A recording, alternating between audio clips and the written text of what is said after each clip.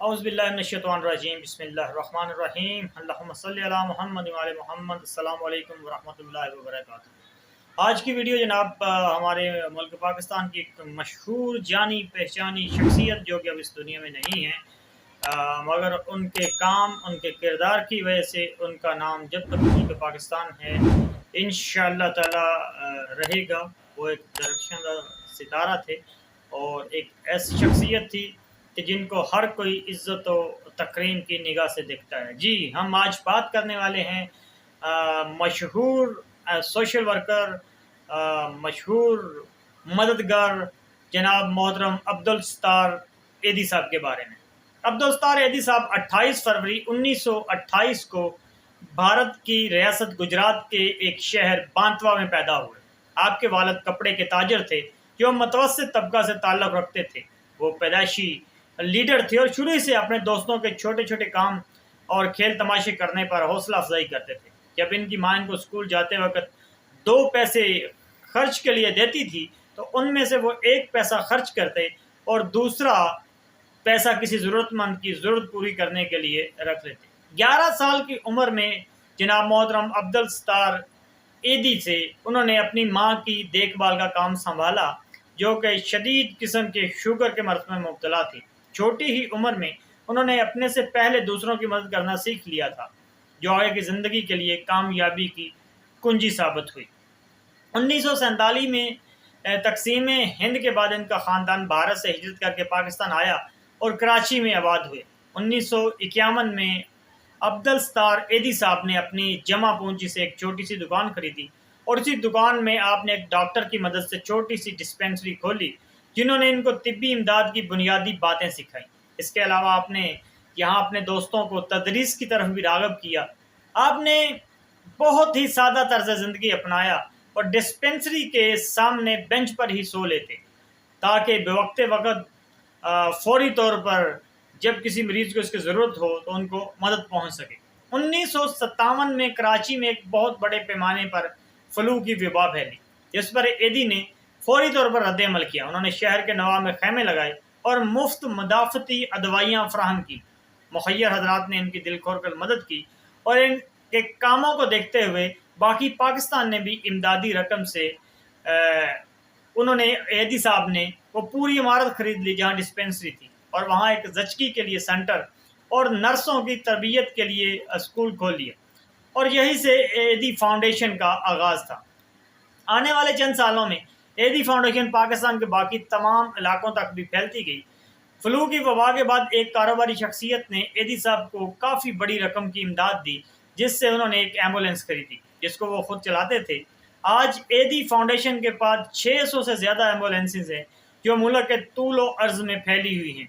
कराची और अंदरून सिंध में इमदाद के लिए वो खुद रवाना होते हैं और एदी फाउंडेशन की हादसात पर रद्द अमल में रफ्तार और खिदमात म्यूनसिपल की खिदमात से कहीं ज़्यादा बेहतर और तेज़ हैं। अस्पताल और एम्बुलेंस खिदमात के अलावा एदी फाउंडेशन ने क्लिनिक, जचकी घर, पागल खाने, माजूरों के लिए घर, ब्लड बैंक, यतीम खाने, लावारिस बच्चों को गोद लेने के लिए मराकज़, पनाहगाहें और स्कूल खोले हैं। इसके अलावा यह फाउंडेशन नर्सिंग और घरदारी के कोर्स भी करवाती है। एदी मराकज़ की एक खसूसियत ये भी है कि हर एदी मरकज़ के बाहर बच्चा गाड़ी का एहतमाम है, ताकि जो औरत बच्चे की देखभाल नहीं कर सकती अपने बच्चों को यहाँ छोड़कर जा सके। इस बच्चे को एदी फाउंडेशन अपने यतीम खाना में पनाह देती है और इसको मुफ्त तालीम दी जाती है। अब्दुल सत्तार एदी साहब को बहुत से बैनुल-अक़वामी एज़ाज़ात से नवाजा गया। 1986 में अवामी खिदमात में रामोन मगसे एजाज़, 1988 में लेनन अमन अवार्ड, 1992 में Paul Harris Fellow Rotary International Foundation award, दुनिया की सबसे बड़ी रज़ाकाराना ambulance service, Guinness Book of World record 2000, Hamdan एजाज़ बराए अमूम तिब्बी खिदमात 2000, मुत्तहिदा अरब अमारात, बैनुल-अक़वामी बिल्स एंड बिल्स इन एजाज़ 2000 बराए इंसानियत, भाई अमन व भाईचारा अतालिया, Institute of Business Administration Karachi की जानब से एजाज़ी डॉक्टरेट की डिग्री उनको 2006 में दी गई। यूनेस्को मदनजीत सिंह एजाज़ 2009 में इनको मिला। अहमदिया मुस्लिम अमन एजाज़ 2010 में मिला। اور ان کو جو قومی اعزازات ملے ان کی تفصیل کچھ اس طرح سے ہے۔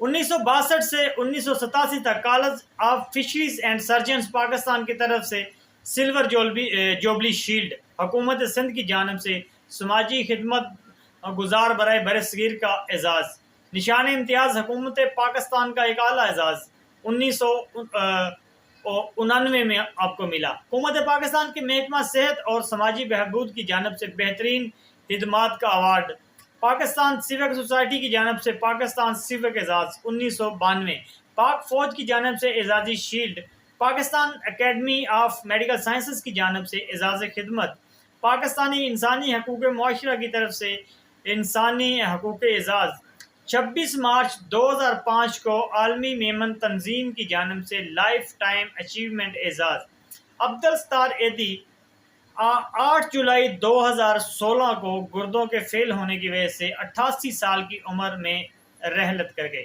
پاکستان کی ان کی خدمات کے اعتراف میں انہیں مکمل سرکاری اعزاز کے ساتھ 19 توپوں کی سلامی دی۔ ان کی میت کو گن کیریج وہیکل کے ذریعے جنازہ گاہ لایا گیا۔